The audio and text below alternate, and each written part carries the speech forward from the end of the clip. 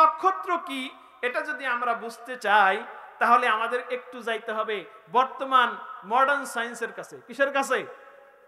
কিসের কাছে? মডার্ন সায়েন্সের কাছে। এবার আসুন সায়েন্স কি। মডার্ন সায়েন্স গুগলে সার্চ দিয়ে দেখলাম, সেখানে লেখা আছে সায়েন্স হলো the systematic study of the structure and behaviour of the natural world through observation, experimentation and the testing of the theories against the evidence obtain the world science and technology.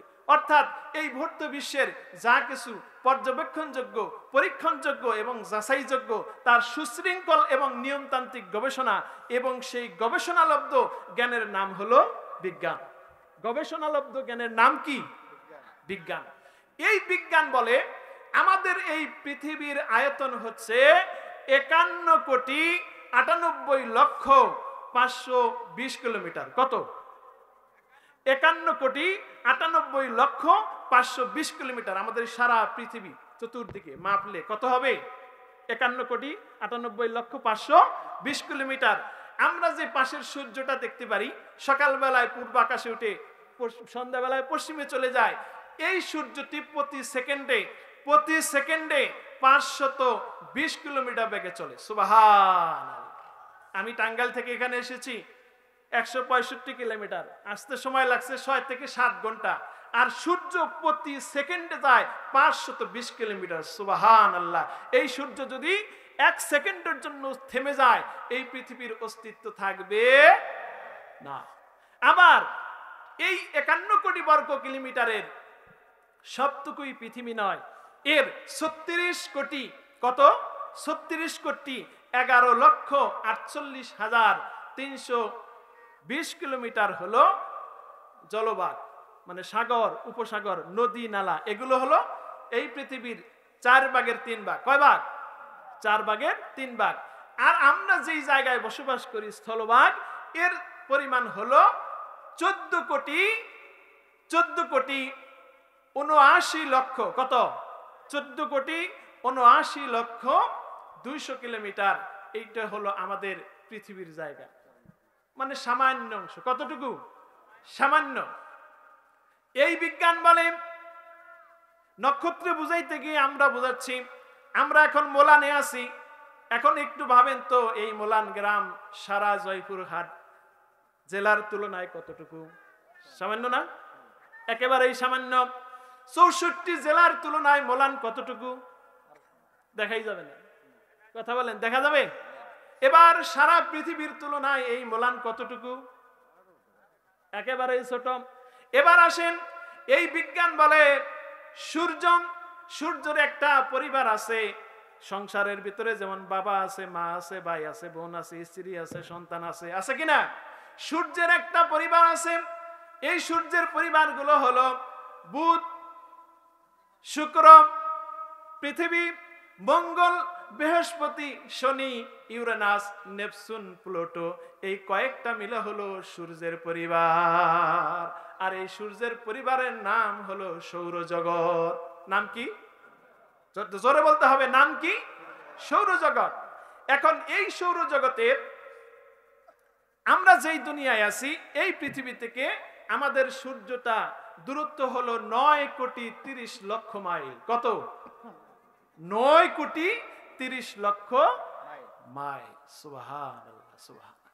এবং এই সূর্যটা পৃথিবীর চেয়ে 13 লক্ষ গুণ বড়। সুবহানাল্লাহ। 2-1 লক্ষ নয়, 13 লক্ষ গুণ বড়।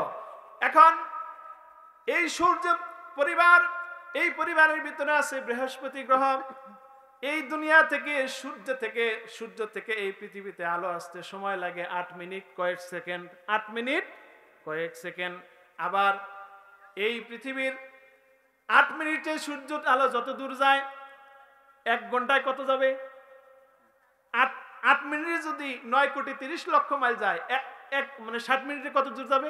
সুবহানাল্লাহ বলেন। আবার 24 ঘন্টার একদিনে কত দূর যাবে? 12 মাসের 1 বছরও কত দূর যাবে? এটাকে হলো 1 আলোকবর্ষ। কত আলোকবর্ষ? কত আলোকবর্ষ? 1 আলোকবর্ষ। এখন এই দুনিয়া থেকে যদি কোনো মানুষ সূর্যে যেতে চায়, কোথায়? কথা বলেন, কোথায় যেতে চায়? সূর্যে যদি যেতে চায় তাহলে এই পৃথিবীর মানুষের কোনো ক্ষমতা নাই সেখানে যাবে। মানুষের কোনো ক্ষমতা নেই। এখন আসে নক্ষত্র বোঝাতে গিয়ে আমি এতগুলো কথা বলতেছি। এই পৃথিবীর সৌরজগতের দেখবেন রাতে আকাশে 3টা তারকা একসাথে, পাশে মানুষের হাতের মতো আছে আদম সুরত। নাম কি? কথা বলেন, নাম কি? আদম সুরত। এই আদম সুরতের নিচে একটা তারকা আছে যেটার নাম হলো রিগল। নাম কি? রিগল। এই রিগল এই দুনিয়ার থেকে সৌরজগতের চেয়ে ৭৯ লক্ষ গুণ বড়। সুবহান। কত বড়? কথা বলে না, কত বড়? আবার এই আদম সুরতের উপরে একটা তারকা আছে যার নাম হলো বেলেজিয়াস। নাম কি? বেলেজিয়াস। এটার গুণ কত শুনবেন, অজ্ঞান হয়ে যাবেন। এটা এই পৃথিবী থেকে ৭৬৫ গুণ বড়। সুবহান। ওটা গেল ৭৯ লক্ষ, এটা হলো ৭৬৫ লক্ষ গুণ বড়। আমাদের এই সৌরজগতের পাশে সবচেয়ে কাছে সূর্যের একটা কাছে প্রতিবেশী আপনার বাড়ি যেমন চাচার বাড়ি, আছে কিনা? কথা বলেন, আছে কিনা? তো আমাদের এই সূর্য জগতের পাশে সবচেয়ে কাছে একটা নক্ষত্র আছে, এটার নাম হলো প্রক্সিমা সেন্টরাই। নাম কি? প্রক্সিমা সেন্টরাই। সেখানে পৌঁছাতে গেলে আমাদের 1969 সালে, বাংলাদেশ স্বাধীন হওয়ার 1 বছর আগে 1969 সালে আমেরিকার নাসাতে একটা যন্ত্র আবিষ্কার করেন, এটার নাম হলো অ্যাপোলো 1। নাম কি? অ্যাপোলো 1। সেই অ্যাপোলো 1 করে নীল আর্মস্ট্রং, উইরি গ্যাগারিং, এরকম আরো কয়েকজন বিজ্ঞানী তারা চাঁদে গিয়েছিল। কোথায়? চাঁদে গিয়েছিল। সেই যন্ত্র করে সেই যন্ত্রটার গতি হলো প্রতি সেকেন্ডে 12 কিলোমিটার। কত কিলোমিটার? প্রতি সেকেন্ডে 12 কিলোমিটার। আর এই যে 2018 সালে, বর্তমান 2018 সালে উনি 12ই জুলাই নাসা থেকে আরেকটা যন্ত্র আবিষ্কার করেছেন, এটার নাম হলো Parker solar pro. Parker solar pro. এটার গতি হলো প্রতি সেকেন্ডে 192.2 কিলোমিটার। সুবহানাল্লাহ বলেন। প্রতি সেকেন্ডে যাবে 192.2 কিলোমিটার। কেন বললাম এই কথাগুলো? 1969 সালে যেই অ্যাপোলো আবিষ্কার হয়েছিল, এই দুনিয়া থেকে ওই প্রক্সিমা সেন্টরাই যদি কোনো মানুষ যেতে চায় তাহলে তাকে 1,06,500 বছর পর্যন্ত তাকে যাইতে হবে। মানুষ বাঁচবে এতদিন? কথা বলেন, বাঁচবে? আর পার্কার সোলার প্রো, এটার গতি হলো, এই যন্ত্রের গতি হলো প্রতি সেকেন্ডে 192.2 কিলোমিটার। এটার দ্বারা যদি সেই প্রক্সিমা সেন্টরাই যেতে হয় তাহলে তাকে 6,583 বছর সময় লাগবে সেখানে যাইতে। সুবহান। এই যে আমরা বলতেছি নক্ষত্র, এই নক্ষত্র সবগুলো মিলে হয় একটা মিল্কি ওয়ে গ্যালাক্সি। নাম কি? মিল্কি ওয়ে গ্যালাক্সির ভিতরে কোটি কোটি নক্ষত্র। আমরা আকাশে যতগুলো তারকা দেখি সবগুলোই এক একটা সূর্য। সুবহানাল্লাহ বলেন। সূর্য কি একটা? আমরা নতুন তত্ত্ব শুনলেন আজকে না? সূর্য একটা নয়, যতগুলো তারকা দেখেন অতগুলো সূর্য। এবং তাদের এই দুনিয়ার মতো যেরকম বুধ, শুক্র, পৃথিবী, মঙ্গল, বৃহস্পতি, শনি, ইউরেনাস, নেপচুন, প্লুটো, এটার যেরকম সদস্য আছে, প্রত্যেকটা তারকার এরকম সদস্য আছে। এরকম একটা মিল্কি ওয়ে গ্যালাক্সিতে প্রায় 82,000 কোটি নক্ষত্র আছে। সুবহানাল্লাহ। আর বিজ্ঞান, এখন মডার্ন সায়েন্স বলে সারা আল্লাহ পাকের এই প্রথম আসমানের নিচে প্রায় 200 কোটি গ্যালাক্সি রয়েছে। সুবহানাল্লাহ। তাহলে বুঝেন এই পৃথিবীর আয়তন কত, আর এই পৃথিবী আল্লাহ পাক নিয়ন্ত্রণ করেন, এর মালিক আল্লাহ কত বড়। সুবহান। এবার সেই আল্লাহ বলতেছেন ওই বুরুজ বিশিষ্ট নক্ষত্রের কসম। কেন কাটলেন আল্লাহ? এবার আসেন সামনে, শুরুতে চলে যাই। আল্লাহ রাব্বুল আলামিন বলেন, কুতিলা আসহাবুল উখদুদিন নারি যাতিল ওয়াকুদ। ধ্বংস হয়েছে গর্তওয়ালারা, যেই গর্তের ভিতরে ইন্ধন পূর্ণ ছিল আগুন। আর যখন তারা তার কিনারে বসা ছিল আর মোমেনদের উপরে যেই জুলুম নির্যাতন চলতেছিল তা তারা দেখতেছিল। এখন তাফসীরের কিতাবের ভিতরে আসছে এই আসহাবে উখদুদ কারা, আসহাবে উখদুদ কারা। ইমাম আহমদ ইবনু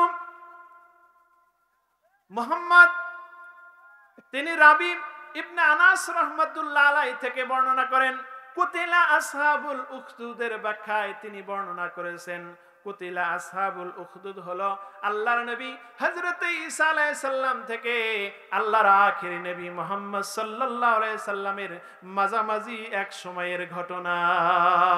কখনকার ঘটনা? ঈসা আলাইহিস সালাম এবং মুহাম্মদ সাল্লাল্লাহু আলাইহি সাল্লামের মাঝামাঝি সময়ের একটা ঘটনা।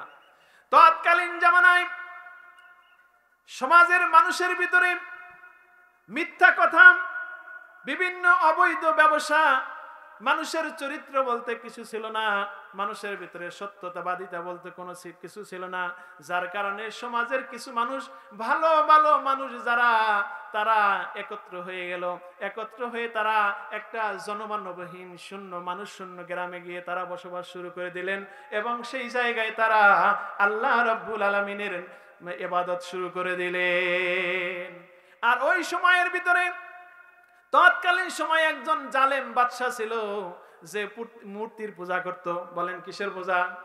মূর্তি পূজা করত। তিনি গোয়েন্দার মাধ্যমে জানতে পারলেন এই গ্রামের সৎ মানুষগুলো তারা মানুষদেরকে ছেড়ে তারা একটা জনমানবহীন একটা গ্রামে গিয়ে তারা বসবাস শুরু করে দিয়েছে এবং তারা জানতে পারলো, বাদশা জানতে পারলো তারা সবাই আল্লাহর ইবাদত শুরু করে দিয়েছে। কিন্তু জালেম বাদশা সে করে মূর্তির পূজা। যখন সে শুনতে পেল ইমানদার লোকেরা গ্রাম ছেড়ে দিয়ে তারা আল্লাহর ইবাদতে যুক্ত হয়ে গেছে, সে তেলে বেগুনে জ্বলে উঠল আর সে তার সৈন্য বাহিনী পাঠিয়ে দিয়ে ইমানদারদেরকে তারা ঘেরাও করে ফেললো এবং হুকুম দিল, তোমরা ওই যারা আমাদেরকে ছেড়ে চলে এসেছো, তোমরা কি মনে করো আমরা মানুষ না? আমরা কি আল্লাহর ইবাদত করি না? এরকম এখনো আছে কিনা?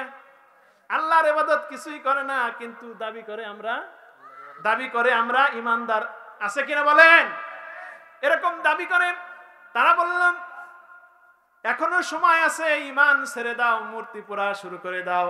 আর তারা সমস্বরে, যত মুমিন ছিল তারা সমস্বরে এক বাক্যে বলে উঠলো যে এর বিনিময়ে যা হোক না কেন, পরিণাম যাই হোক না কেন, আমরা ইমান ছাড়তে পারবো না। যাদের হৃদয়ে আছে আল্লাহর ভয় তারা কবু পথ ভুলে যায় না, ঠিক না? যাদের হৃদয়ে আছে আল্লাহর ভয় তারা কবু পথ ভুলে যায় না। আল্লাহর প্রেম ছাড়া এই দুনিয়ায় কারো কাছে কোনো কিছু চায় না, ঠিক না? রাতের আঁধারে যারা সিজদাতে রয়, দু চোখের শ্রুতে নদী যেন বয়। বাতিলের হাত ছানি যত আসুক, মিথ্যের হাত ছানি যত আসুক, পিছনে ফিরেও তাকায় না। যাদের হৃদয়ে আছে আল্লাহর ভয় তারা কবু পথ ভুলে যায় না। নারায়ে তাকবীর। এবার জালিম বাদশা তার সৈন্য সামন্তদেরকে হুকুম করলো এদের জন্য বড় বড় করে গর্ত খনন করো। কি খনন করো? বড় বড় করে গর্ত খনন করো। বিশাল করে বড় বড় করে গর্ত খনন করা হলো। সেই গর্তের ভিতরে আগুনের যত জ্বালানি কাঠ যা কিছু ছিল সেই জামানায় সবকিছু দিয়ে সেই গর্তগুলোকে পরিপূর্ণ করা হলো। আর সেই গর্তের পাশে ইমানদারদেরকে নিয়ে তাদেরকে থ্রেট করা হলো, ভয় দেখানো হলো, এখনো সময় আছো, ইমান ছাড়ো, না হলে তোমাদেরকে আগুনে জ্বালানো হবে। কিসে জ্বালানো হবে? আগুনে জ্বালানো হবে। কিন্তু সমস্ত ইমানদার তারা এক বাক্যে বলে উঠলো, আমরা আগুনে পুড়তে একবার নয় দুইবার নয়, আল্লাহ পাক যদি এই দুনিয়ায় আমাদেরকে 100 বার যদি ফিরিয়ে দেয়, আল্লাহর দিন কায়েম করতে গিয়ে যদি 100 বারও যদি আমাদেরকে জীবন দিতে হয়, তারপরে জীবন দিব, কিন্তু ঈমান ছাড়ব না। বলেন সুবহানাল্লাহ। আল্লাহ রাব্বুল আলামিন যারা এরকম দিনের উপরে অটল থাকে, আমার বক্তা, আমার পূর্বে বক্তা হযরত মাওলানা সাজিদুর রহমান সরকার সুন্দর একটি আয়াত তেলাওয়াত করেছিলেন, আমি ঘরে বসে শুনছিলাম। তিনি বলছেন সূরা ফুসসিলাতের 30 নম্বরের আয়াতের ভিতরে আল্লাহ পাক ইরশাদ করেছেন, ইন্নাল্লাযীনা ক্বালু রাব্বুনাল্লাহু সুম্মা ইসতাকামু তাতানাজ্জালু আলাইহিমুল মালাইকা আল্লা তাখাফু ওয়া লা তাহজানু ওয়া আবশিরু বিল জান্নাতিল্লাতী কুনতুম তুআদুন। আমার আল্লাহ তাআলা বলেন, ইন্নাল্লাযীনা ক্বালু রাব্বুনাল্লাহ, those who say our Lord is Allah, summa istaqamu, then continue in the right way, tatanazzalu alayhimul malaika, Allah descend upon the angels। আল্লাহ রাব্বুল আলামিন বলেন, নিশ্চয়ই যারা বলে আমাদের রব হলেন কে, নিশ্চয়ই যারা বলে আমাদের রব হলেন আল্লাহ, আর এই কথার উপরে যারা ঈমানের উপরে চিরদিন অটল থাকে, আমার আল্লাহ পাক এই মানুষগুলোর মৃত্যুর সময়ে আসমান থেকে ফেরেশতা নাজিল করে দেয়। সুবহানাল্লাহ। আল্লাহ রাব্বুল আলামিন বলেন, এবং সেই ফেরেশতারা বলে, আল্লাহ তাখাফু ওয়া লা তাহজানু ওয়া আবশিরু বিল জান্নাতিল্লাতী কুনতুম তুআদুন, saying fear it not nor be grieved and receive the good news of the paradise which you were promised। এবং ফেরেশতারা ঈমানদারদেরকে সাহস দেয়, ও আল্লাহর বান্দা, যারা আল্লাহর জন্য আজকে জীবন দিতে যাচ্ছ, তোমরা ভয় করো না, ভয় করো না, চিন্তিত হয়ো না, এবং সেই জান্নাতের তোমরা সুসংবাদ নাও, যেই জান্নাতের ওয়াদা আল্লাহ পাক তোমাদেরকে দিয়েছেন। বলেন সুবহানাল্লাহ। আমরা কি সেই ঈমানদারদের মতো এখনো ঈমান দিতে পারবো না? যদি ইসলাম কায়েম করতে গিয়ে আমাদের ধন দিতে হয়, সম্পদ দিতে হয়, যদি জীবন দিতে হয়, কারা আল্লাহ রাস্তায় জীবন দিতে রাজি? আল্লাহকে হাত তুলে দেখান। নারে তাকবীর। আল্লাহ পাক কবুল করুন, আল্লাহ পাক মঞ্জুর করুন। বলেন আমিন। সম্মানিত হাজিরিন আমার,